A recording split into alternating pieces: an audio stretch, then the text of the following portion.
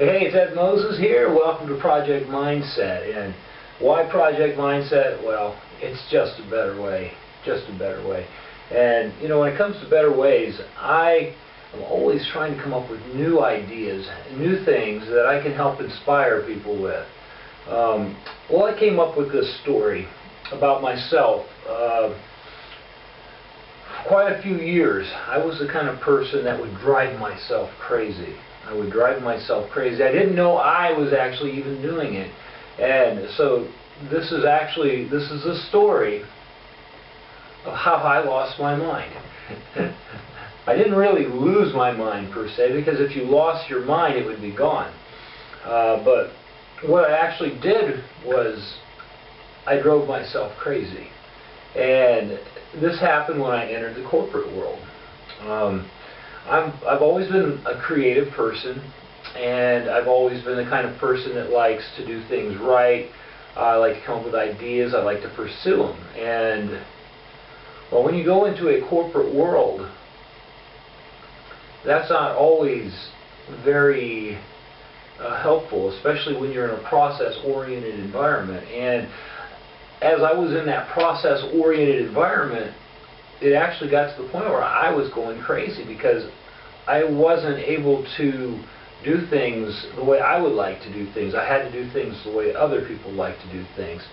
And not just that, I worked with somebody that was very, very hard to get along with, and I never could understand that, because I always liked people and I always wanted to be easy to get along with myself.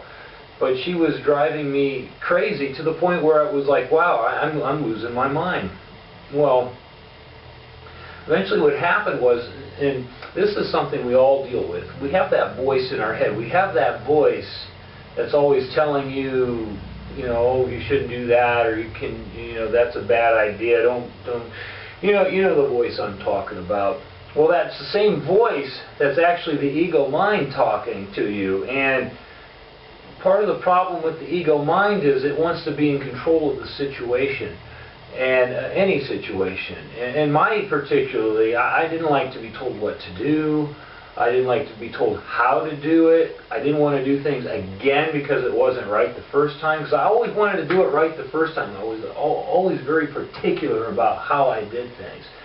And you know, the list goes on. And well, that voice in my head just, you know, my mind was getting stronger. It wouldn't let things go.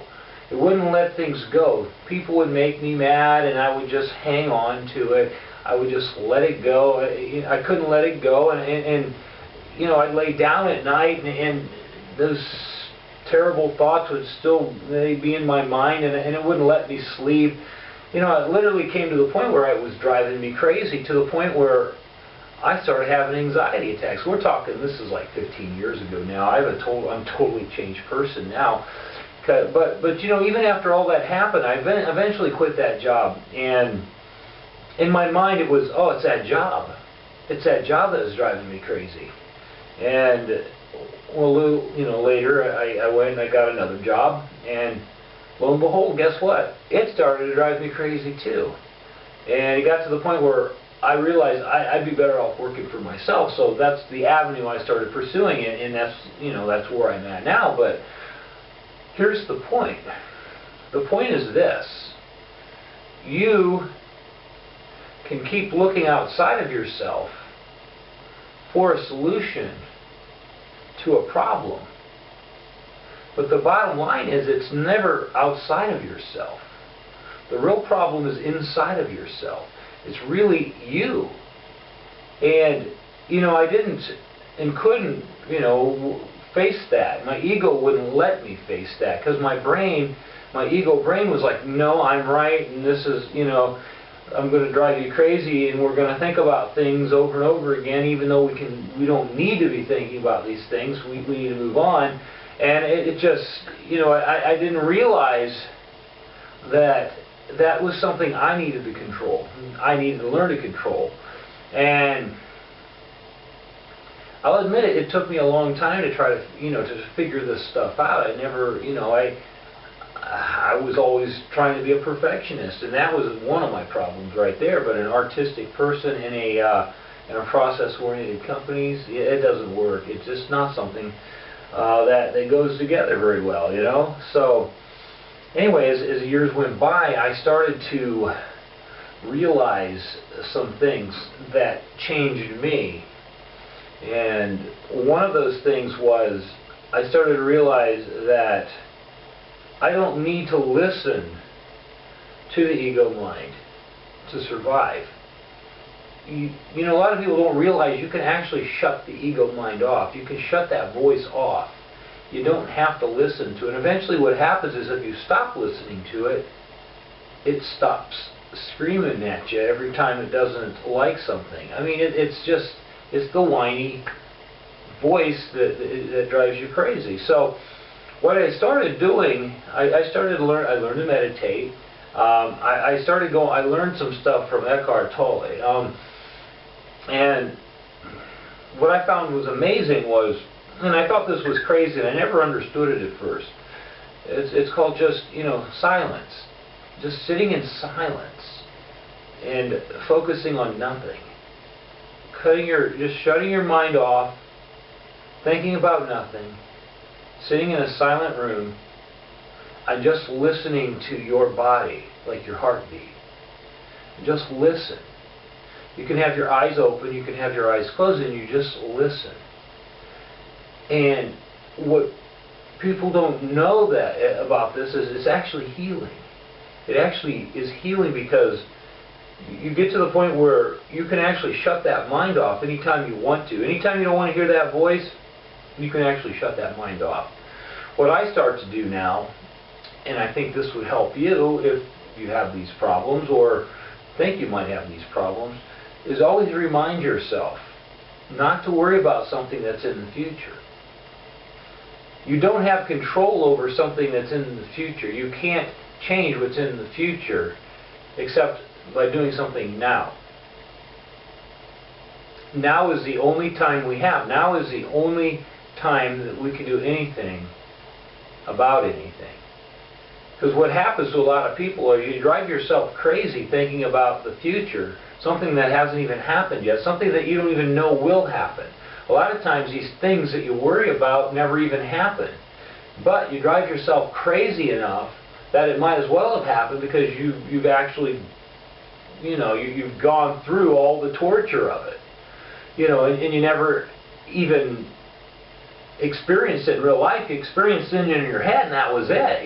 That you experienced it up there, and you don't have to experience that if you don't want to. The bottom line is you've just got to look at your situation right now. Is there a problem right now? And what you'll probably come to the conclusion of 99% of the time is no, there isn't a problem right now. So, why worry about something that's in the future? You're not in the future, you're only right here, right now. The only time you have is right now. You don't know the future. You'll hopefully be in that future, but by the time that future comes, it's still right now. And by focusing on right now and only right now, what you'll find is you'll be much happier, more comfortable, and you can shut that mind off, the ego mind off, that keeps whining about things that never even happened. So, that's what I eventually had to do, and over the years I've become a much calmer, happier person, and I don't let things bother me anymore, especially long, down the road. I don't try to predict the future. I just try to shape the future by doing something right now about it, And that's where a lot of people miss the bus. They think that this better day is going to come. They keep dreaming about this better time, this better occasion that's going to happen in their life. But it doesn't happen, and it probably won't happen.